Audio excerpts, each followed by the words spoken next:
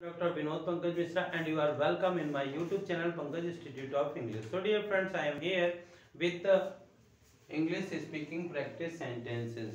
These are sentences which will help you to learn English. इसी प्रकार के sentence morning to evening हम अपने जीवन में यूज करते हैं। इन सेंटेंसेस को यदि आप भी जानना चाहते हैं कि किस प्रकार से इंग्लिश में बोलते हैं या इसका कैसे इंग्लिश में ट्रांसलेशन करते हैं, यदि और आपने अभी तक हमारे चैनल को सब्सक्राइब नहीं किया तो प्लीज इसे सब्सक्राइब करिए, बेल आइकॉन को प्रेस करिए ताकि इस प्रकार के वीडियो जब भी अपलोड हो तो उनका नोटिफिकेशन आप तक पहुंच सके। शुरू करते हैं आज के बात को। वह हमेशा व्यस्त रहती है, हालांकि उसका घर पास में है। मैं कभी कभार उससे मिलता हूँ, हमें उसे अवश्य खोजना चाहिए। ये स्वार्थी लोग हैं। आधी रात थी, मेरे कुछ दोस्तों ने निश्चय किया, उन्हें मेरी तरफ से नमस्कार। क्या आपको भी ऐसा लगता है? आप उसे क्यों नहीं बोलते हो? मैंने भी उससे पूछा, घर से इतनी दूर, मुझे एक बार कॉल करना। वह ना तो हंसती है ना मुस्कुराती है, कमजोर करने की कोशिश। तो शुरू करते हैं आज की बात को। यदि हम बताना चाहते हैं कि कोई भी व्यक्ति हमेशा व्यस्त रहता है, कुछ खाली कभी नहीं बैठता है, वह हमेशा व्यस्त रहती है, इसको इंग्लिश में बोलेंगे she always remain busy. She always remain busy, वह हमेशा व्यस्त रहती है, हालांकि उसका घर पास में है। कई बार ऐसे बोलते हैं although his house is nearby या although her house is nearby and he goes by bus। तो हालांकि उसका घर पास में है, although her house is nearby, हालांकि उसका घर पास में है।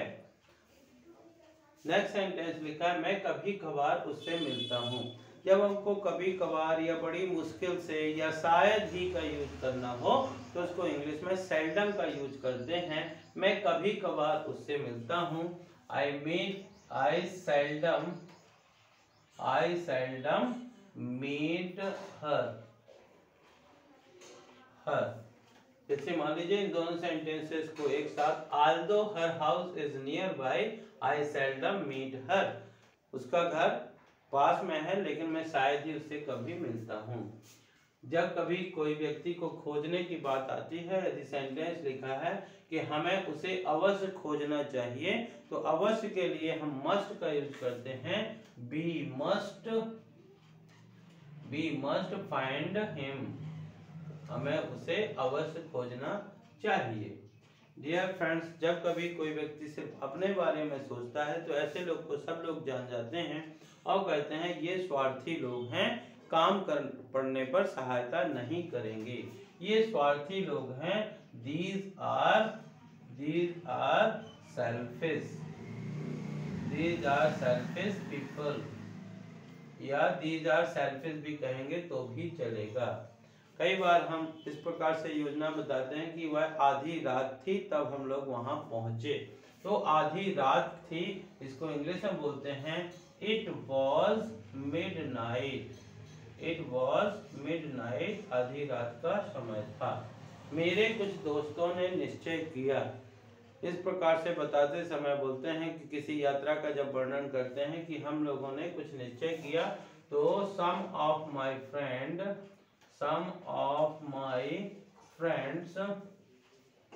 decided, निश्चय किया, तो इसको इंग्लिश में बोलते हैं decided।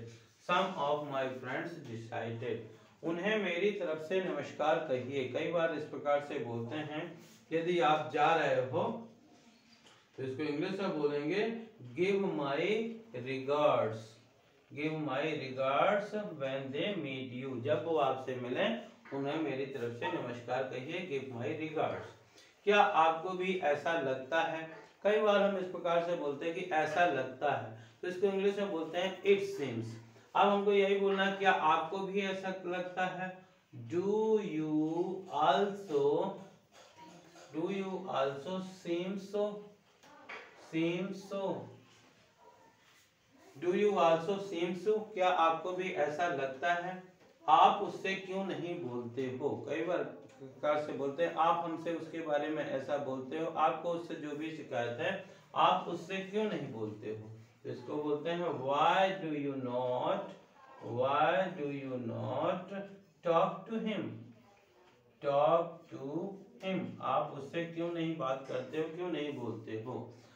कई बार बोलते हैं कि सभी लोगों ने उससे इस बारे में पूछा, मैंने भी उससे पूछा। I also asked, I also asked her, I also asked her, मैंने भी उससे पूछा, but he did not reply me.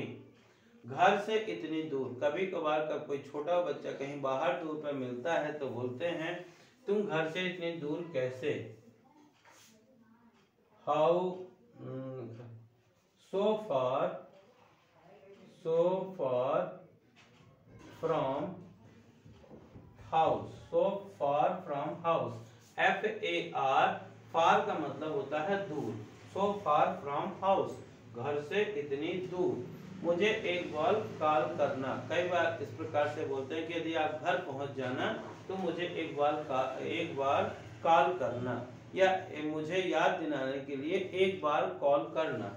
Call me once, इसको इंग्लिश में बोलते हैं कॉल मी वंस, मुझसे एक बार कॉल करो।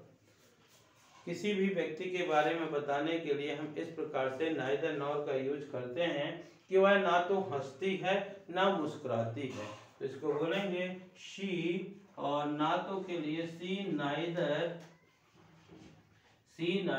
स्माइल्स, सी नाइदर laughs, LAUGHS, सी neither laughs nor smiles,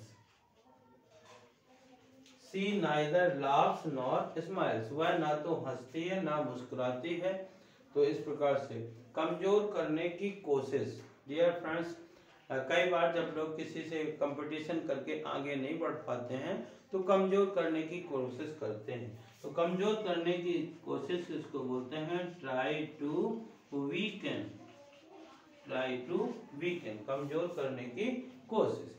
तो इसी प्रकार के सेंटेंस हम अपनी डेली लाइफ में यूज करते हैं। डियर फ्रेंड्स, यदि आप भी इस प्रकार के सेंटेंस सीखना चाहते हैं तो इन सेंटेंसेस को बार बार पढ़िए, बार बार सुनिए या बार बार लिखिए, जिससे आप हिंदी में भी इस प्रकार के सेंटेंस बोलना चाहते हैं तो आप उनको इंग्लिश में ही बोलेंगे। देखते हैं एक बार शुरू से।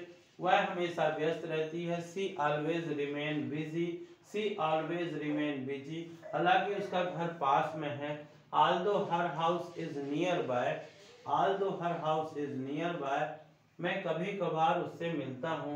I seldom meet her, I seldom meet her, हमें उसे अवश्य खोजना चाहिए। We must find him, we must find him, ये स्वार्थी लोग हैं। These are selfish people, these are selfish people, आधी रात थी। It was midnight, it was midnight, मेरे कुछ दोस्तों ने निश्चय किया। Some of my friends decided, some of my friends decided, उन्हें मेरी तरफ से नमस्कार। Give my regards, give my regards them, उन्हें मेरी तरफ से नमस्कार। क्या आपको भी ऐसा लगता है? Do you also seem so, do you also seem so, आप उसे क्यों नहीं बोलते हैं?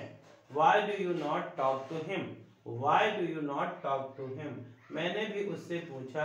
I also asked her, I also asked her, घर से इतनी दूर, so far from house, so far from house, एक बार मुझे कॉल करना। Call me once, call me once, वह ना तो हंसती है ना मुस्कुराती है।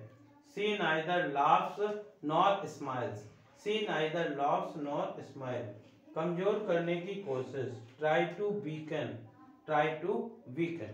तो डियर फ्रेंड, इसी प्रकार के सेंटेंस आप भी डेली लाइफ में यूज करिए, और आपको यदि ये सेंटेंस पसंद आए हो तो इन्हें ज़्यादा से ज़्यादा लाइक करिए, शेयर करिए, और यदि आप चैनल के लिए नए हैं तो प्लीज़ इसे सब्सक्राइब करिए, बेल आइकॉन को प्रेस करिए ताकि इस प्रकार के वीडियो आप तक पहुंच सकें। Thank you for watching.